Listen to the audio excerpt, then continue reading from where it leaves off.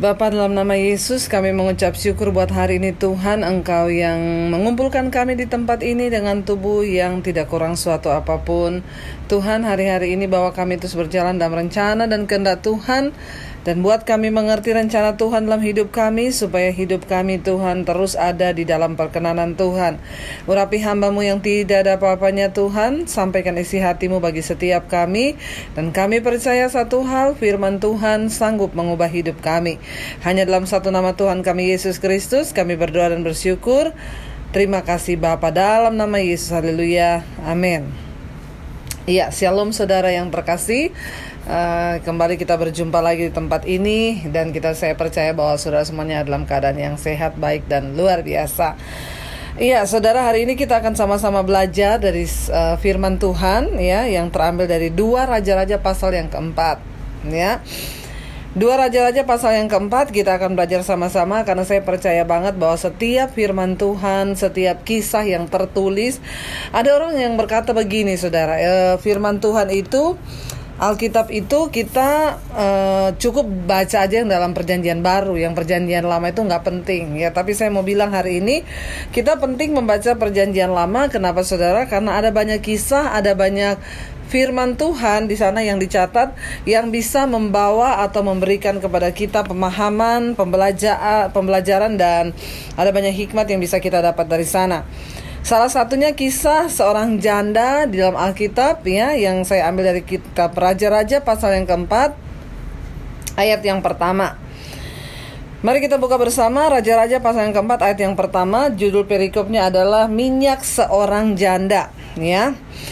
Ayat yang pertama berkata begini, salah seorang dari istri-istri para nabi mengadukan halnya kepada Elisa sambil berseru, hambamu suamiku sudah mati ya, dan engkau ini tahu bahwa hambamu itu takut akan Tuhan. Tetapi sekarang penagih hutang sudah datang untuk mengambil kedua orang anakku. Saudara, saya akan membahas ayat per ayat hari ini ya. Di sana dikatakan ada seorang dari istri ya, istri para nabi, berarti ini adalah jandanya nabi ya. Suaminya itu nabi ya, lalu suaminya meninggal, lalu dia meninggalkan istri, dan istrinya ini menjadi janda ya, jandanya nabi saudara ya. Dia datang dan mengadukan persoalannya kepada Elisa, abdi Allah itu. Dia datang sambil berseru, dia berkata begini, hambamu suamiku itu sudah mati ya. Dan engkau ini tahu, dia bilang kepada Elisa, dan engkau tahu bahwa suamiku itu hidup takut akan Tuhan ya. Kami ini hidup takut akan Tuhan, yang namanya juga nabi saudara ya, hidup takut akan Tuhan. Tetapi sekarang penagih hutang sudah datang untuk mengambil kedua orang anakku menjadi budak. Nah saudara ya, kalau kita melihat dari cerita ini, yang pertama ya, mungkin saudara bertanya, ini istri nabi loh, istri hamba Tuhan ya.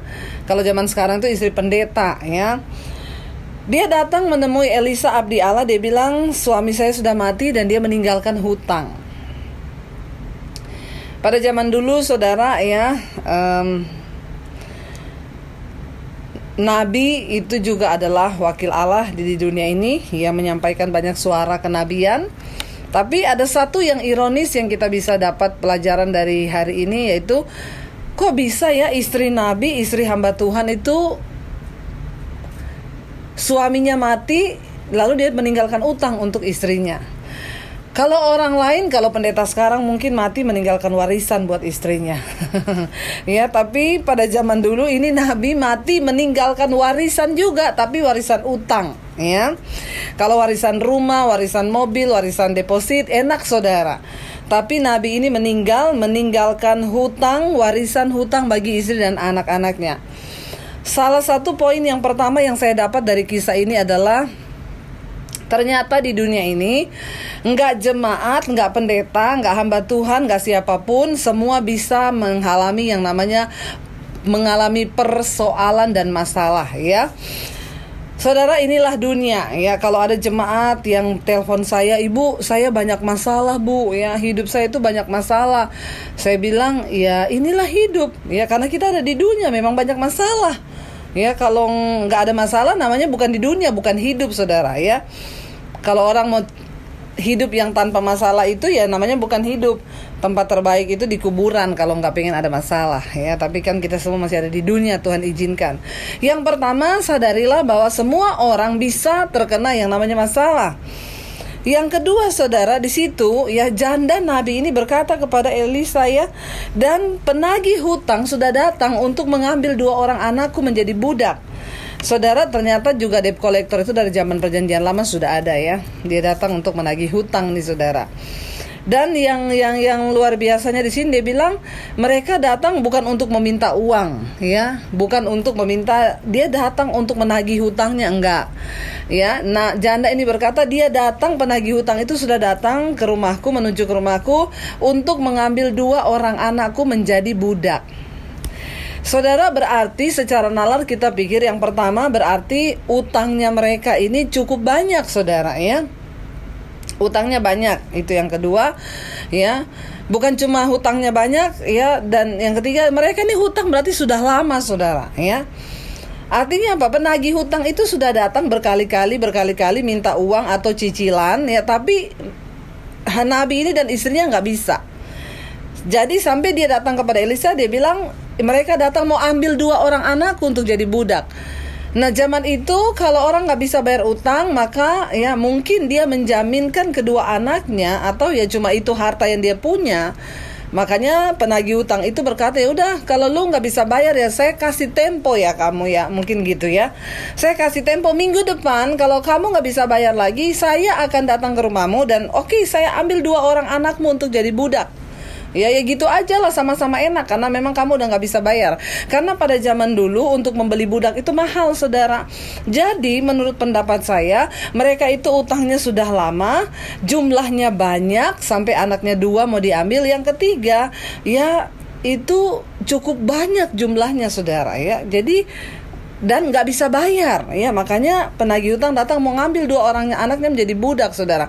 Saudara bisa bayangkan, ibu ini yang dia punya mungkin yang disisakan ya, dia dalam hutang, berarti dia ini nabi miskin, saudara ya. Seorang orang hamba Tuhan yang hidupnya miskin. Jadi ya cuma yang dia punya itu ya hartanya adalah anak-anaknya. Nah sekarang kalau anaknya diambil, apalagi yang dia punya ya. Coba kalau kita bayangkan, saudara, berat kasus ini ya, sangat berat ya.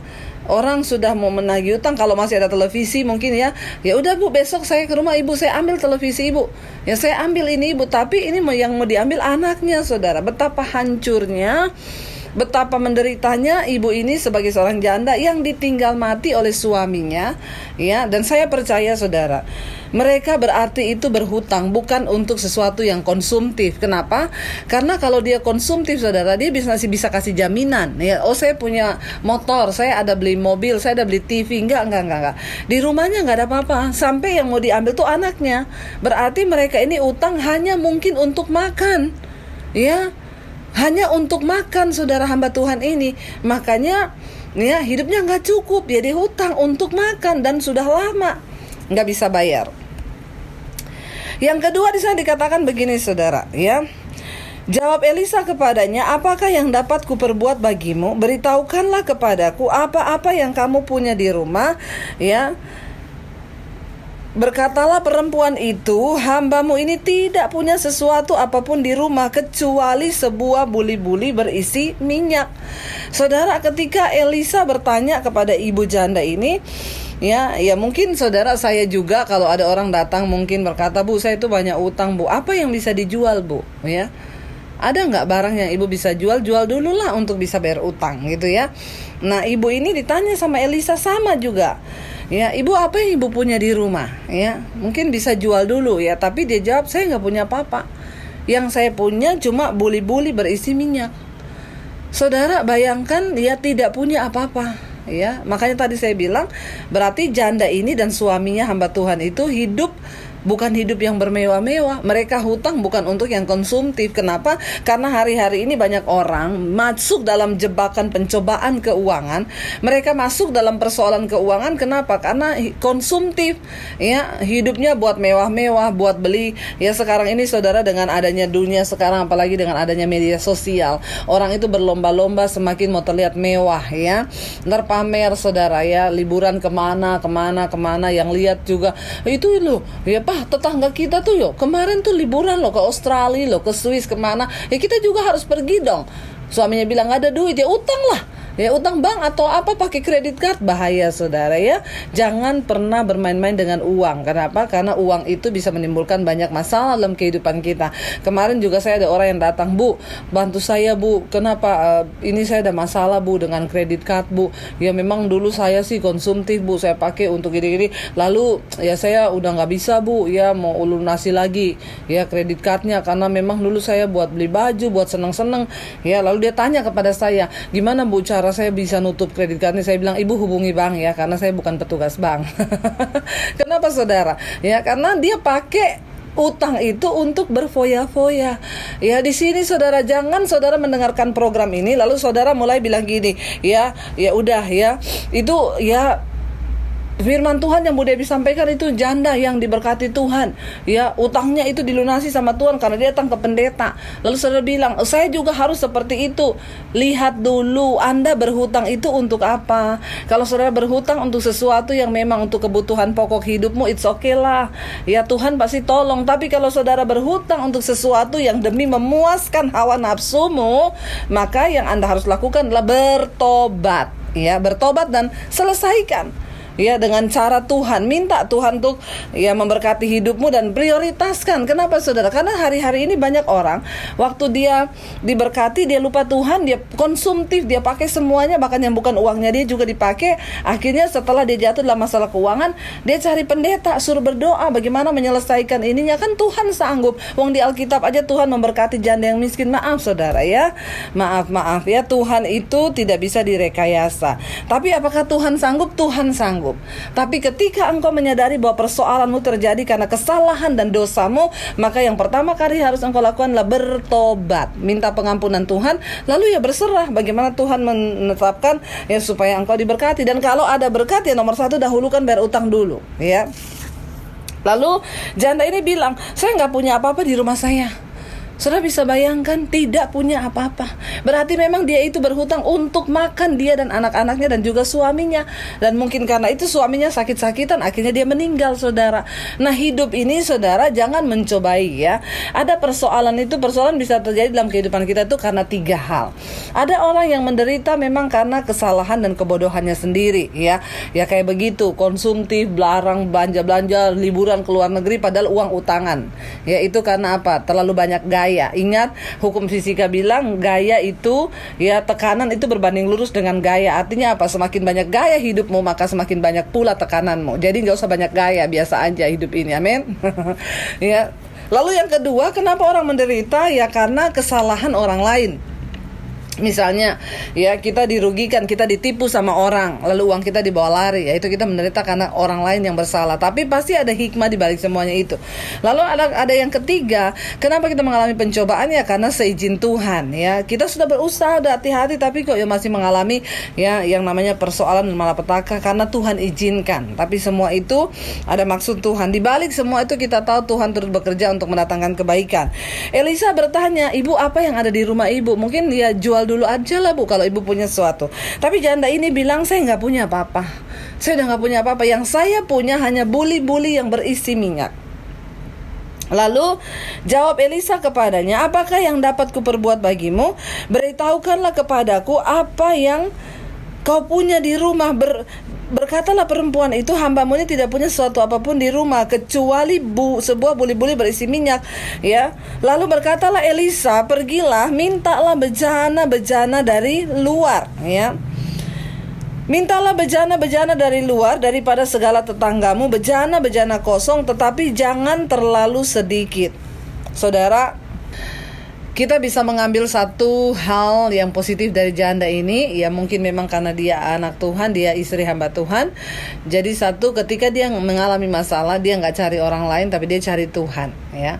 Dia cari Tuhan, lalu Tuhan lewat hamba Tuhan menuntun jalannya dia saudara. Jangan pernah cari jalan keluar dengan cara kita sendiri, tapi andalkanlah Tuhan, maka Tuhan akan menuntun engkau untuk menemukan ya kemana engkau akan mencari pertolongan itu. Lalu di sana dikatakan ya, ayat yang ketiga dia bilang, Elisa bilang, pergilah ke tetangga-tetanggamu ya, pinjam bejana-bejana dari tetanggamu, ya. Lalu jangan terlalu sedikit, ya. Elisa bilang begitu. Nah, janda ini saudara, saya yakin dia tuh mungkin nggak ngerti apa yang Elisa ngomong, ya. Dia nggak banyak tanya, ya. Dia nggak protes, ya. Kenapa harus ambil bejana-bejana? Loh, mau apa? Dia nggak tanya gitu, saudara, ya. Ketika Elisa suruh dia melakukan sesuatu, maka dengan ketaatannya dia melakukan apa yang hamba Tuhan suruh. Saudara ingat ya, ketika engkau menghadapi masalah, engkau cari Tuhan nomor satu. Yang kedua, engkau mungkin cari hamba Tuhan, ya. Banyak yang masuk ke telepon saya yang bertanya, "Ibu, saya harus bagaimana? Ibu, saya harus bagaimana?" Saudara, kalau Tuhan berbicara lewat hamba Tuhan menuntun saudara, ikuti saja tanpa banyak protes, ya. Kalau ada pendeta yang bilang, "Ya udah Bu, ya saya sudah capek Bu berdoa buat suami, dia nggak berubah-berubah, terus saya harus apa?" Ibu tetap berdoa, berpuasa buat suami, ya, supaya suami bertobat. Lakukan aja, walaupun susah, nggak usah banyak protes. Tapi kan suami saya tuh gini, tapi kan gini-gini. Wah, saudara, ya, perhatikan janda ini. Ketika Elisa bilang, "Kamu pergi," ya, ketaatan itu tidak bisa digantikan oleh apapun, saudara. Karena ingat, saya selalu berkata begini, kasih Tuhan itu tidak bersyarat, tapi berkat Tuhan itu bersyarat. Ketika engkau ingin mengalami janji Tuhan, berkat Tuhan, maka itu ada syaratnya. Karena itu Alkitab berkata, jika kebenaran menjadi barisan depanmu, maka kemuliaan Tuhan akan mengikuti engkau. Perhatikan baik-baik. Yang pertama, janda ini, istri hamba Tuhan ini, dia punya utang, tapi dia berhutang bukan untuk hal-hal yang konsumtif, untuk dia menikmati dalam kedagingan. Janda ini tidak berhutang untuk sesuatu yang konsumtif, tetapi dia berhutang hanya untuk kebutuhan makan, untuk bertahan hidup. Perhatikan baik-baik, ya. Dan Tuhan itu membela, ya, sesuatu yang sifatnya benar, ya. Kalau karena kita berdosa, kita terjebak hutang, ya itu saudara lain cerita lagi. Kalau untuk sesuatu yang memang sifatnya itu benar halnya, ya Tuhan bisa melakukan mujizat, saudara, ya. Tapi kalau saudara karena dosa, karena konsumtif, karena saudara memang mengikuti kedagingan, ya bertobatlah jalan keluarnya, saudara, ya. Lalu janda itu, ayat yang keempat, setelah Elisa itu berkata, ya pergi pinjam ke tetanggamu bejana-bejana kosong, tapi jangan terlalu sedikit. Ayat 4 berkata, kemudian masuklah, tutuplah pintu sesudah engkau dan anak-anakmu masuk, lalu tuanglah minyak itu ke dalam segala bejana, mana yang penuh angkatlah. Saudara perhatikan, ya, Elisa ini menerima hikmat dari Tuhan, lalu dia memberi perintah kepada janda ini. Ya, Elisa bilang, kamu pergi pinjam wadah-wadah yang kosong, bejana kosong dari tetanggamu, lalu kamu bawa pulang ke sini. Lalu setelah itu kamu dan anakmu masuk dalam kamar, tutup pintu. Ya, lalu tuangkanlah minyak itu ke dalam semua bejana yang sudah kamu siapkan, dan kalau sudah ada yang penuh, angkatlah. Ya. Ayat 5 berkata begini, pergilah perempuan itu daripadanya, ditutupnyalah pintu sesudah ia dan anak-anaknya masuk, ya. Dan anak-anaknya mendekatkan bejana-bejana kepadanya sedang ia terus menuang. Saudara, di sini tidak ada dikatakan di sini yang berkata bahwa tetapi perempuan itu bertanya pada Elisa, tetapi perempuan itu berkata kepada Elisa, saya tuh nggak pernah loh pinjam-pinjam apa-apa sama tetangga. Ya masa saya disuruh begini, ini mau apa sih, mau buat apa sih? Emang bisa dengan cara begitu, saudara? Kalau engkau melihat mujizat dari Tuhan, taat saja kepada perkataan Tuhan. Taat kepada perkataan apa yang engkau dengar, ya, dari hamba Tuhan. Perkataan itu benar sesuai firman Tuhan, ikuti dan taati dan tidak usah banyak tanya. Seringkali kita tidak bisa melihat mujizat dan pembelaan Tuhan dalam hidup kita. Kenapa? Karena ada keraguan, karena ada banyak pertanyaan, ada banyak hal yang di dalam logika kita berkata nggak mungkin. Ini dia mau bikin apa ya? Coba saudara bayangkan kalau janda itu seorang yang tidak percaya dan tidak menaruh imannya kepada Tuhan, kepada hamba Tuhan sebagai wakil Tuhan. Ketika Elisa mungkin berkata begitu, dia bilang, nggak mungkin lah. Nah terus emang mau terjadi apa? Terus ngapain? Sia-sialah, nggak usah lah, saudara. Ya, ketaatan mutlak dan percaya kepada Tuhan yang mutlak itu seringkali tidak memakai logika kita. Kenapa? Karena Tuhan sanggup bekerja melampaui batas logika kita manusia. Tapi yang namanya zaman sekarang, zaman now, zaman teknologi yang begitu maju, rasanya untuk percaya Tuhan itu sanggup, kita sudah nggak percaya lagi. Rasanya untuk percaya bahwa Tuhan itu bisa menuntun jalan hidup kita, rasanya Tuhan itu bisa, ini kita kayaknya sudah ya, itu sudah di luar batas kita lah. Tapi percayalah, Tuhan itu sanggup melakukan bahkan yang tidak pernah kita pikirkan, tidak pernah timbul dalam hati, ya, tidak pernah muncul, ya, bahkan tidak pernah ada dalam angan-angan kita, itu Tuhan sanggup melakukan. Saya ingat dulu ada satu kisah, saya pernah mengalami, saudara, satu kisah. Ceritanya pada waktu itu kita tinggal punya uang 50.000, ya. Waktu kita masih pelayanan dulu pertama-pertama, saya udah punya anak satu waktu itu. Lalu malam-malam ada seorang bapak datang ke rumah kami, dan bapak ini bukan orang yang seiman dengan kita, saudara.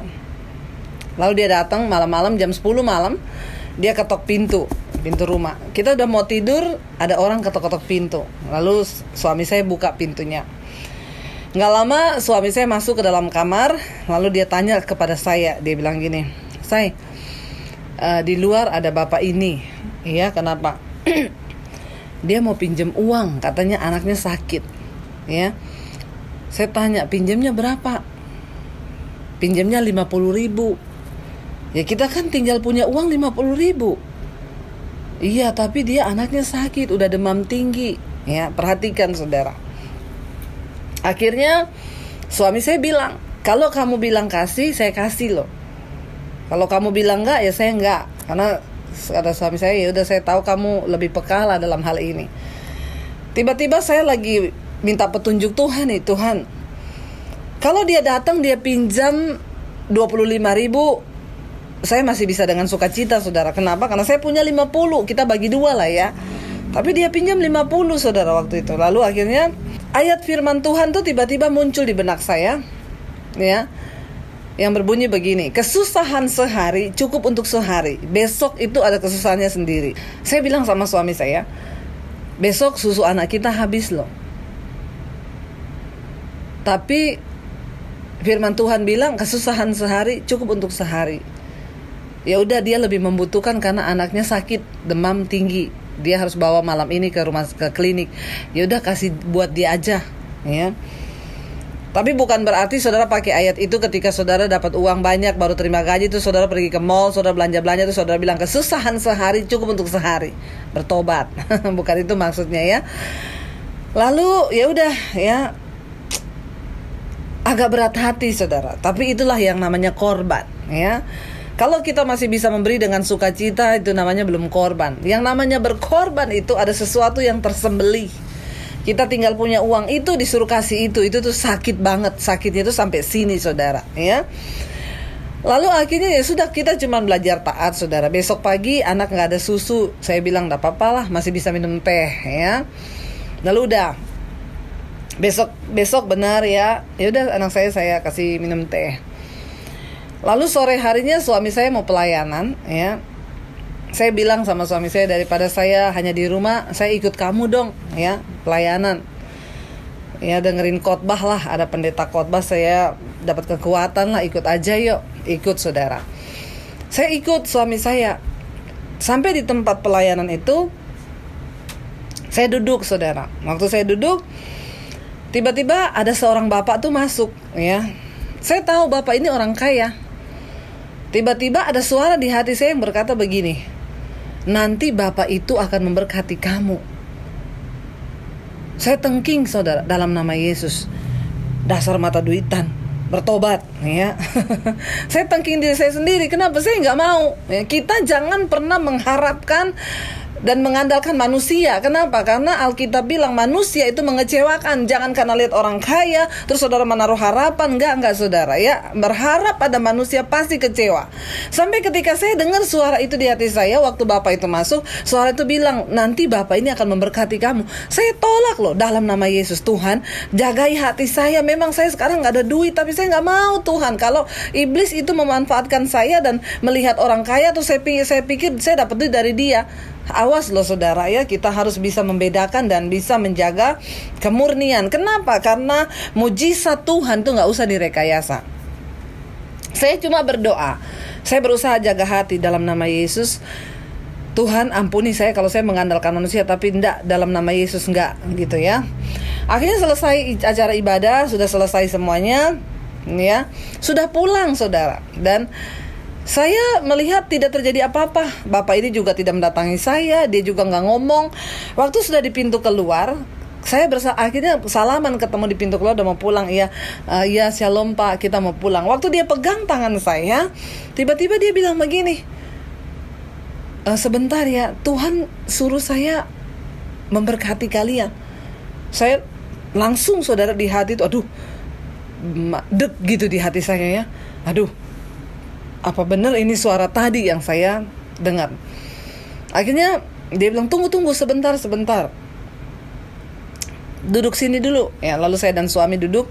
Lalu dia bilang, dia adalah seorang pengusaha tapi juga dia orang yang cinta Tuhan. Lalu dia berdoa buat kami berdua. Saya pikir, oh berkatnya doa, terima kasih Tuhan. Dia berdoa buat kami, Tuhan hamba berdoa juga buat hambamu, ya buat Bu Debbie dan juga Pak Daniel, berkati kehidupan mereka. Saya pikir, oh udah, berkatnya doa, haleluya, puji Tuhan saudara ya. Doa itu juga berkat, bukan cuma duit itu berkat, doa itu juga berkat. Begitu udah mau selesai, habis doa, saya mau pulang, dia bilang sebentar. Lalu dia buka dompetnya, dia bilang, Tuhan suruh saya menyerahkan kepada kalian semua yang ada di dompet saya. Terus saya bilang, wah. Terus saya bilang, kok bisa Pak? Iya saya nggak tahu. Ini. Dia bilang, ini dorongan dari Tuhan ya. Saya harus ini, Tuhan yang suruh ini. Jangan terima kasih sama saya, berterima kasih sama Tuhan ya. Ini saya nggak pernah kayak gini nih, Tuhan suruh.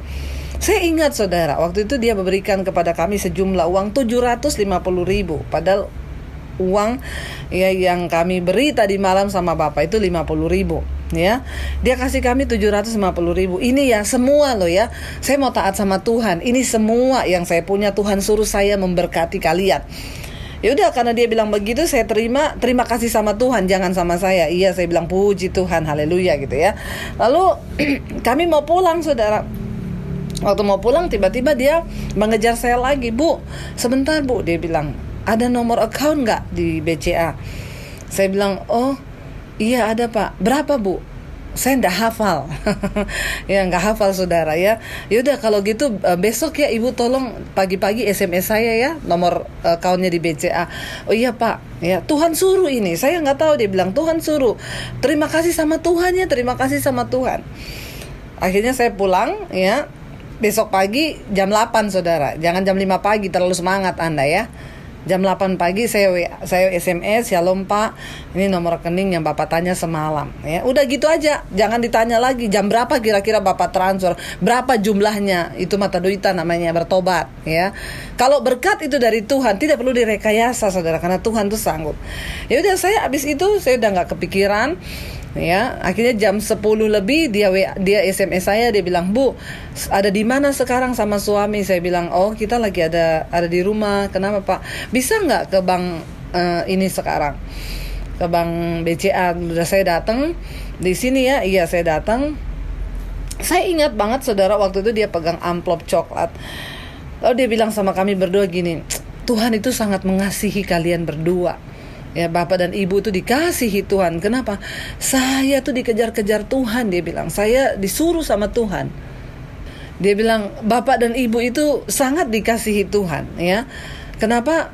Saya dikejar-kejar sama Tuhan, disuruh sama Tuhan untuk memberkati Bapak sama Ibu. Saya juga nggak tahu, ya kenapa begini gitu ya. Tapi saya cuma mau taat. Oh, dia bilang, Ibu Bapak berterima kasih sama Tuhan. Ya, ini ada uang 10 juta. Tuhan suruh saya memberkati Bapak dan Ibu, dan berterima kasih sama Tuhan, bukan sama saya, karena ini berkat dari Tuhan. Saudara, saya pulang dan dari tempat itu, setelah ketemu Bapak itu, saya menangis di rumah. Saya bilang, Tuhan, ya apa yang Tuhan buat itu terlalu ajaib buat kami. Apa yang tidak kita pikirkan, yang tidak pernah kita bayangkan. Saya malam itu menolong orang itu, tidak ada pamrih apa-apa. Saya nggak bilang, Tuhan Engkau ganti berlipat kali ganda, nggak ada saudara. Saya cuma bilang ke suami saya, dia orang yang tidak seiman dengan kita. Pertama, kenapa? Dia datang kepada kita, itu sudah satu bukti bahwa dia percaya kepada kita. Dia tahu saya pendeta, dia tahu suami saya pelayan Tuhan. Dia orang yang berjualan di dekat gereja. Ya, dan di gereja itu dia tahu ada begitu banyak orang kaya yang lebih kaya dari kami.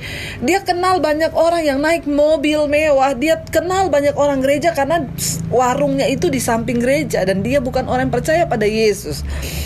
Saya bilang sama suami saya semalam, saya bilang, kenapa kita harus menolong dia? Yang pertama, karena dia bukan orang Kristen. Dia sudah menaruh harap iman kepada kita hamba Tuhan. Itu sudah sebuah anugerah, kepercayaan yang bukan hal yang biasa, saudara. Kalau orang masih bisa minta tolong kepada saudara, itu anugerah. Tapi kalau orang sudah tidak bisa minta tolong kepada saudara, saudara harus bertanya. Mungkin sudah ada tanduknya kali, udah kayak iblis model kita sampai orang udah gak bisa minta tolong. Tapi kalau masih ada orang yang datang dan meminta tolong, itu anugerah Tuhan, saudara. Nah, saya bilang sama suami saya, yang pertama dia gak kenal Yesus. Dia bukan orang yang seagama dengan kita. Kenapa kita harus tolong dia? Biar dia melihat bahwa kita ini hamba Tuhan. Ketika dia datang, kita gak mengecewakan. Yang kedua, saya bilang, itu anugerah ketika orang masih datang minta tolong kepada kita. Saya tidak berharap apa-apa. Saya waktu itu, tadi malam saya cuma bilang sama suami saya, gak apa-apa, kasih aja. Kesusahan sehari, itu yang Tuhan bilang sama saya, cukup untuk sehari. Buat kita besok anak gak minum susu, kita masih bisa kasih teh, anak kita gak mati. Tapi anak dia malam ini kalau tidak dibawa ke klinik karena panas tinggi, itu bisa meninggal loh. Dan apa yang kita punya, ya tinggal itu satu-satunya. Dan ketika kami menerima ya apa yang digantikan, saya tahu Tuhan itu gak pernah berhutang, saudara. Tidak pernah berhutang. Akhirnya saudara diganti Tuhan 10.750.000. Yang kami beri buat Bapak itu semalam 50.000. Tetapi ketika, makanya ini saya mau bilang buat saudara, kalau ada orang minta tolong kepada saudara, jangan harap ganti. Alkitab berkata, kalau kita sudah memberi, maka kita harus memberi dengan ikhlas dan jangan berharap ganti. Saya belajar mempraktekkan itu. Kenapa, saudara? Karena Alkitab bilang, ya iya, kalau kamu sudah memberi, jangan kamu harapkan ganti. Kenapa? Engkau kehilangan upah dalam kekekalan. Makanya kalau kita memberi, berilah sesuai dengan takaran dan kemampuan kita.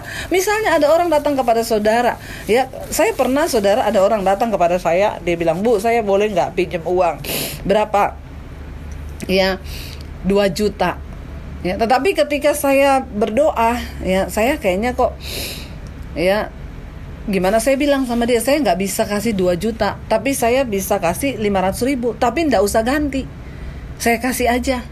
Ya saudara, saya sudah plong hati saya nggak perlu lagi menagih-nagih orang, saya nggak perlu bikin status di Facebook. Orang Kristen sekarang banyak bikin status di Facebook, balikin utang lu, nggak bayar utang, saudara berdosa loh.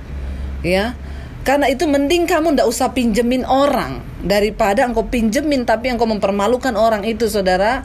Engkau kehilangan upah dalam kekekalan. Saya nggak pernah berharap ganti, saudara. Tapi apa yang Tuhan buat sungguh di luar dugaan kami, saudara. Ketika kita taat pada firman Tuhan, ya, maka Tuhan itu udah berkata, ya, dia nggak pernah berhutang kepada orang yang taat kepada dia. Perempuan ini taat. Ketika disuruh oleh Tuhan, lakukan ini, dia nggak banyak pertanyaan, dia lakukan. Alkitab berkata di sana, dia pergi, dia dan anak-anaknya, ya. Lalu ditutupnya pintu. Sesudah itu anaknya menuangkan minyak itu satu persatu, ya, ke dalam buli-buli itu. Dan ketika bejana-bejana itu sudah penuh, Alkitab berkata, maka berkatalah perempuan itu kepada anaknya, dekatkanlah kepadaku sebuah bejana lagi. Tetapi jawab anaknya kepada ibunya, tidak ada lagi bejana. Lalu berhentilah minyak itu mengalir. Saudara, kita gak perlu tanya bagaimana Tuhan melakukan. Kita gak perlu tanya apa yang bisa. Saudara, ketika engkau mengikut Tuhan, engkau harus percaya bahwa Tuhan itu adalah Tuhan yang masih sanggup bekerja dengan cara yang supranatural. Kenapa seringkali kita gak bisa lihat mujizat? Karena engkau terlalu membatasi Tuhan dengan cara berpikirmu. Engkau gak bisa tahu dari mana Tuhan. Tapi ikut Tuhan itu, saudara, jangan berharap-harap kayak apa. Maksudnya, saya tadi malam sudah pinjemin uang orang loh, masih besok Tuhan ganti. Jangan, ya. Ikut Tuhan itu lurus-lurus aja. Ikut Tuhan itu tidak perlu banyak rekayasa. Kenapa? Karena Tuhan gak perlu direkayasa. Mujizatnya tidak perlu direkayasa. Tetapi ketaatan itulah yang mendatangkan mujizat dalam hidup kita. Perempuan ini taat, lalu dituang minyaknya tidak habis-habis, terus mengalir, diisi ke tempat yang kosong, terus mengalir. Saudara, masihkah engkau percaya bahwa Tuhan sanggup melakukan mujizat yang seperti itu? Dia terlalu sanggup. Tidak ada perkara yang mustahil bagi Tuhan. Kenapa? Yesus sanggup melakukan segala perkara. Dan ketika engkau telah menaruh iman kepada Tuhan bahwa Dia Allah yang sanggup melakukan segala perkara, jangan sedikit pun ada keraguan di hatimu. Percayalah, yes, Tuhan sanggup melakukan. Karena itu aku mau buang segala hal-hal yang merintangi aku percaya. Bukankah iman itu adalah dasar dari segala sesuatu yang kita harapkan dan bukti dari segala sesuatu yang tidak kita lihat? Itu iman. Kita belum melihat, tapi kita percaya. Kita bersyukur bahwa Tuhan itu bisa menolong kita. Bahkan di saat-saat yang sudah kepepet, rasanya tidak ada jalan keluar, Dia Yesus yang terlalu sanggup. Kalau saya mau cerita kepada saudara bagaimana mujizat demi mujizat yang saya alami dalam hidup saya, itu saya sampai tercengang-cengang. Dan saudara, ada orang yang bilang, "Ibu, kenapa ibu itu hidupnya ya enak banget? Kayaknya ibu berdoa diberkati Tuhan." Karena saya mau belajar taat. Ketika engkau belajar taat, bahkan di saat yang mungkin sulit bagi kita, tapi Tuhan suruh engkau taat saja, saudara, maka engkau akan melihat berkat Tuhan tercurah dalam hidupmu. Ya. Kemudian ayat yang ke-7, saudara, di sana dikatakan ketika minyak itu sudah berhenti karena bejananya sudah habis, kemudian pergilah perempuan itu memberitahukannya kepada abdi Allah itu, dan orang ini berkata, "Pergilah, jualah minyak itu, bayarlah hutangmu, dan hiduplah dari lebihnya engkau serta anak-anakmu." Ketika dia datang pada Elisa memberitahukan apa yang terjadi, Elisa bilang, "Pergi jual minyak." Saudara, orang yang diberkati Tuhan adalah orang yang mau berusaha. Ketika engkau tidak mau berusaha, ya mujizat itu terjadi bukan hanya begitu saja. Ada ketaatan, ada usaha di sana. Udah ada minyak, pergi jual, ya. Elisa suruh pergi jual. Coba kalau wanita ini ngomong, "Nggak mau jual, saya gengsi jualan begitu. Saya kan nggak pernah jualan minyak, nggak mau jual lah. Orang saya ini kan, ya selama ini saya nggak pernah jualan." Iya kalau laku, enggak. Dia pergi, dia melakukan. Elisa berkata, "Pergi jual minyak itu." Ada tindakan iman yang harus kita lakukan. Dan dia bilang apa? Lalu nomor 1, ketika engkau dapat hasil dari penjualan minyak itu, nomor 1, bayar dulu utangmu. Saudara, tempatkan di prioritas yang pertama. Bayar utang dulu kalau ada uang, ya. Bayar hutang, kita cicil dulu. Setelah itu baru dia bilang apa? Lalu hiduplah dari lebihnya, ya. Bayar dulu utangmu, dan dari sisa uang itu hiduplah buat engkau hidup dan anak-anakmu. Artinya hidup itu apa? Beli untuk kebutuhan pokok. Dalam hidup ini, saudara, hidup itu murah, yang mahal itu gayanya. Makanya jangan kebanyakan gaya. Kenapa? Karena gaya itu tekanan berbanding lurus sama gaya. Ingat tadi yang saya bilang, hukum fisika. Semakin banyak gayamu, makin banyak tekanan hidupmu. Saya sudah melihat banyak orang Kristen yang hidupnya hancur karena kebanyakan gaya. Ya, kalau hidupnya standarnya di sini, ya di sini aja lah. Tidak usah mau melampaui yang lebih biar terlihat kaya, biar terlihat wow. Padahal hidupnya nggak seperti itu. Kita menderita, saudara. Makanya Alkitab bilang, cukupkanlah dirimu dengan apa yang ada padamu. Dari kisah ini saya percaya ada banyak pembelajaran yang kita dapat hari ini, saudara. Mari tatalah hidupmu dalam kebenaran firman Tuhan. Mari berjalanlah sesuai dengan firman Tuhan. Kalaupun hari ini engkau sudah terlanjur punya masalah, engkau terlanjur sudah punya hutang, apapun itu, kalau itu terjadi karena kesalahan dan dosamu, minta ampunlah pada Tuhan dan mohon kepada Tuhan untuk menuntun kita kepada jalannya untuk menyelesaikan semua persoalan itu. Kalau hari ini pun engkau berkata, "Saya itu tidak salah loh, Bu," ya, seperti janda ini, suami saya itu utang karena memang dia sakit-sakitan, dia gak bisa cari uang. Kami utang untuk kehidupan kami. Percayalah, orang yang hidup takut akan Tuhan. Saudara lihat di atas, wanita itu berkata, "Elisa, kami ini hidup dalam takut akan Tuhan." Saudara, orang yang takut akan Tuhan tidak akan pernah ditinggalkan dan dipermalukan. Satu saat nanti ketika engkau setia, ketika engkau tidak menjadi lelah, ketika engkau tetap bertahan dalam kebenaran apapun yang mungkin orang fitnahkan kepadamu, keadaannya seburuk apapun, ketika engkau mau setia bertahan melakukan firman Tuhan, melakukan ketaatan dan menjadi hamba Tuhan yang hidup takut akan Tuhan, anak Tuhan yang takut akan Tuhan, maka cepat atau lambat engkau akan melihat Tuhan menolong hidupmu. Hari ini saya akan berdoa buat saudara.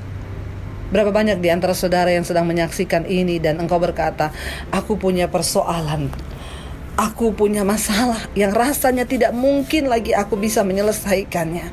Mungkin engkau sedang berkata, Tuhan, aku sudah di ambang batas kekuatanku.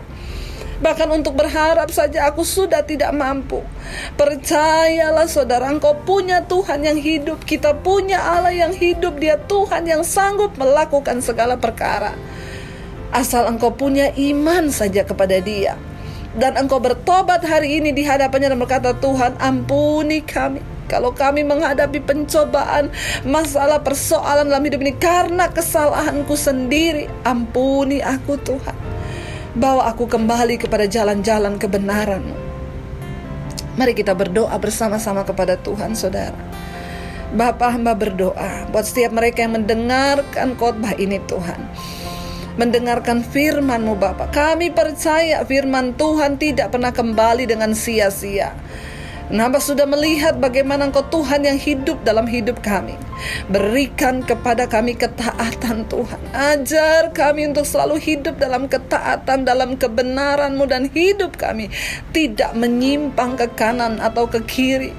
Kami mau belajar taat kepada kebenaran dan firman-Mu. Kami mau belajar menundukkan kehendak dan keinginan kami hanya kepada Tuhan. Kami mau tinggalkan segala kedagingan, segala keduniawian, segala hal-hal yang bisa menjatuhkan kami dalam persoalan Tuhan. Ampuni kami Bapa. Kami mau berjalan seturut dengan kebenaran-Mu. Bahkan hamba berdoa buat setiap mereka yang menghadapi persoalan hutang, masalah yang rumit dalam rumah tangga, suami yang selingkuh, istri yang pergi, orang tua yang kehancuran dalam keluarga. Tuhan, hamba percaya Engkau Tuhan yang menolong janda ini. Engkau Tuhan yang sama yang kami sembah, Allah yang hidup, yang tidak pernah meninggalkan kami anak-anak-Mu yang selalu berseru kepada Engkau. Tuhan berkati Bapa, berikan semua mereka jalan keluar. Biar kami tetap percaya bahwa Engkau Tuhan yang tetap hidup dan berkuasa bahkan sampai selama-lamanya. Bagian kami adalah mentaati firman Tuhan. Bagian kami adalah percaya kepadamu, hidup dalam kebenaran-Mu. Maka selanjutnya Tuhan yang akan bekerja menyelesaikan persoalan kami, bahkan yang tidak masuk akal, yang di luar logika, yang tidak pernah kami pikirkan, yang tidak pernah timbul dalam pikiran, yang tidak pernah timbul dalam hati. Itu yang Tuhan sediakan bagi orang-orang yang selalu mengasihi dan mencintai Tuhan. Letakkan ini dalam hati kami Tuhan, bahwa ketaatan itu mutlak untuk hidup menjadi anak-anak-Mu dalam kekudusan dan kebenaran. Terima kasih buat hari ini, hamba percaya pada waktu yang tepat Tuhan akan menolong kami. Biarlah waktu Tuhan turun atas setiap yang mendengarkan.